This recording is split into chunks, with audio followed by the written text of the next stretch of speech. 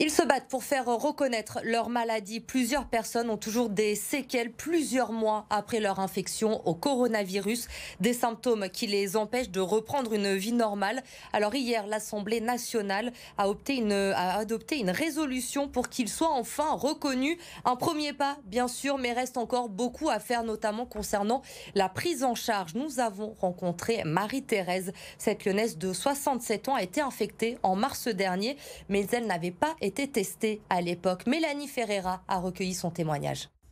Monter les escaliers est devenu un effort quotidien pour Marie-Thérèse, pourtant habituée aux longues marches, mais qui s'essouffle très vite depuis le mois de mars dernier. À l'époque, pourtant, ni elle ni son médecin ne pensent au Covid. Non, en mars l'année dernière, je ne sais pas que j'ai le Covid. En mars l'année dernière, j'ai mal aux articulations, j'ai des vertiges, j'ai mon cœur qui bat, j'ai des essoufflements. Son médecin traitant met ça sur le compte de ses problèmes cardiaques et l'envoie consulter des spécialistes qui lui suggèrent des mois plus tard une opération du cœur annulée à cause de la pandémie, puis un choc électrique pour régler ses problèmes d'arythmie. Et la veille du choc, j'ai dit non, c'est pas ça. Là, j'ai pas de tachycardie. Là, ce sont des essoufflements, je suis essoufflée. Entre-temps, Marie-Thérèse a effectué un test sérologique qui révèle qu'elle a bien eu le Covid. J'ai cherché sur Internet et c'est là où j'ai lu toutes les séquelles que les gens qui avaient eu le Covid avaient. Et je me suis retrouvée. Je dis mais c'est moi ça. Mais une fois le diagnostic posé, aucune prise en charge spécifique n'est prévue. Alors j'ai pris beaucoup de tisanes, toutes ces essences naturelles. Voilà, Efferalgan. J'ai pris un petit cachet pour quand j'avais des picotements. Aujourd'hui, Marie-Thérèse va voir un acupuncteur, un kiné et prévoit même de faire une cure pour tenter d'aller mieux. Le coronavirus qui a touché plus de 3,5 millions de Français depuis le début de cette pandémie. Mais depuis quelques jours, dans notre région, on constate une légère baisse des contaminations, même si nous restons encore sur un plateau haut. Ce qui inquiète, ce sont les variants. Selon les labos Biogroup, le variant anglais serait déjà à 32% dans notre département du Rhône, alors qu'il était seulement à 10% début février. On aura d'ici 3 semaines... 15 jours, 3 semaines, ça sera le variant dominant, c'est-à-dire que le variant britannique représentera plus de 50% des infections Covid. Le variant britannique pose un problème collectivement parce que c'est un variant qui se transmet plus facilement, mais individuellement, que vous ayez le variant britannique ou la souche originelle, ça ne change rien pour le patient. Faire ses courses en bas de chez soi, une nouvelle habitude pour bon nombre de Lyonnais. Les commerces de proximité dans nos quartiers connaissent un regain d'activité ces derniers mois. Et comble de ce phénomène, certaines boutiques ont même ouvert leurs portes en pleine crise sanitaire. Exemple dans des boulangeries lyonnaises avec Octavie Couchard et Corentin Marabeuf.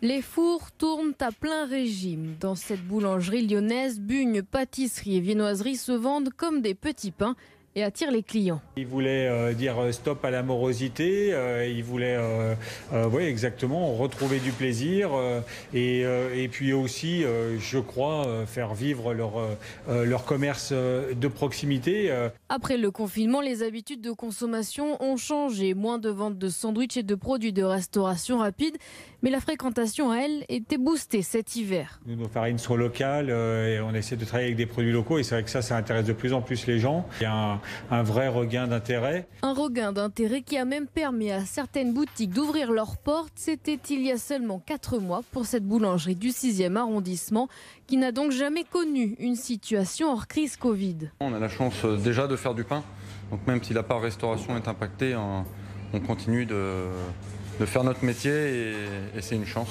Et même si certains ont tenté de faire eux-mêmes leur pain pendant les périodes de confinement, le succès des boulangeries reste intact. On sent même un engouement au niveau des demandes de stage, des reconversions. J'ai de plus en plus de jeunes qui sortent même des fois d'écoles de commerce, qui, après 3 ans dans la finance, veulent faire un métier qui a du sens. Dans le Rhône, 16 boulangeries et 44 boulangeries-pâtisseries ont vu le jour en 2020. Des chiffres similaires à ceux d'une année sans crise sanitaire.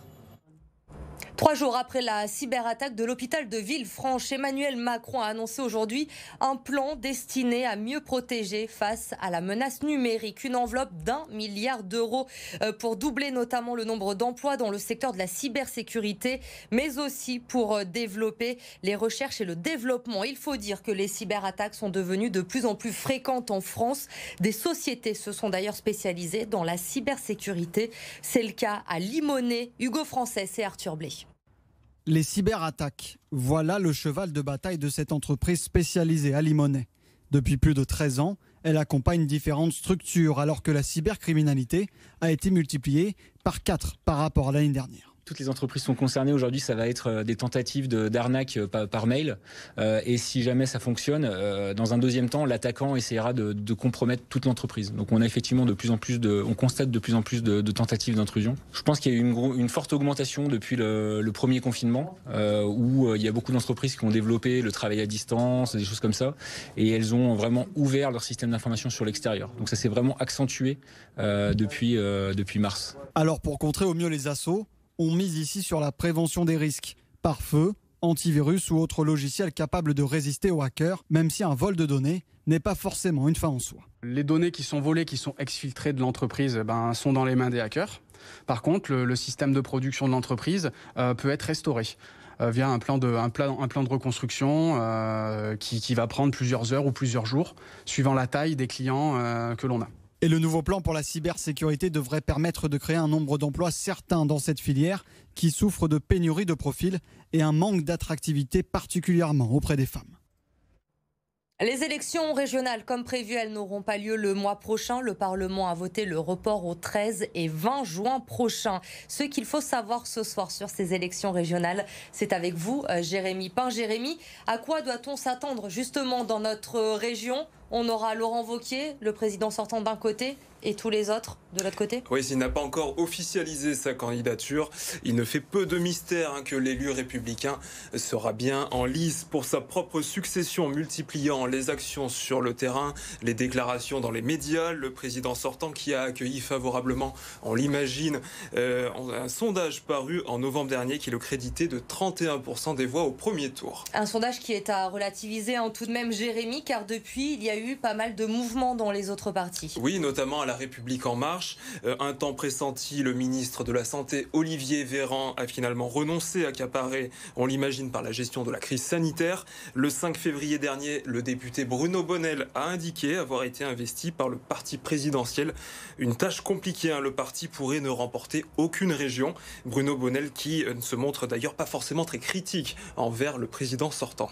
Les Républicains, donc très certainement avec Laurent Wauquiez, La République En Marche, Bruno Bonnell. À gauche, en revanche, on ne sait pas encore clairement comment ça va s'organiser. Pas tout à fait. Alors du côté d'Europe Écologie Les Verts, le choix s'est porté dès le mois d'octobre sur Fabienne Grébert, la conseillère régionale qui est d'ailleurs déjà activement en campagne. Les Verts misent sur la dynamique des élections municipales.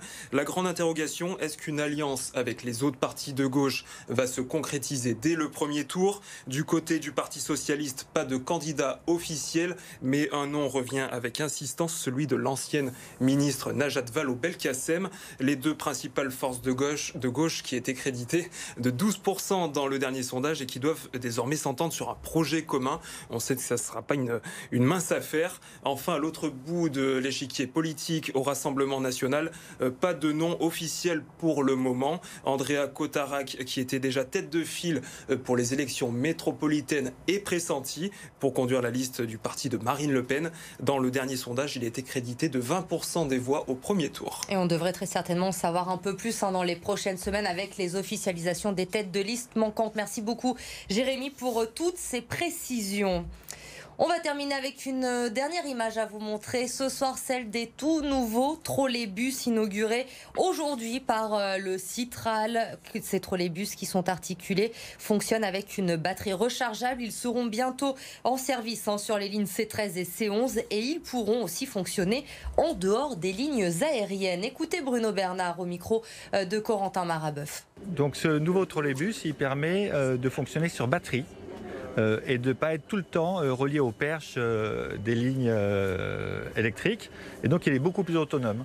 Il permet aussi un meilleur confort pour les chauffeurs mais aussi pour les voyageurs, plus d'espace pour les personnes à mobilité réduite et puis il permet d'accueillir 50% de plus de voyageurs. On a l'objectif de transformer notre flotte de bus, de véhicules diesel en véhicules électriques ou GNV. C'est 400 bus qui vont être achetés dans ce mandat pour 250 millions d'euros pour diminuer la pollution sur l'agglomération et aussi augmenter le confort des voyageurs.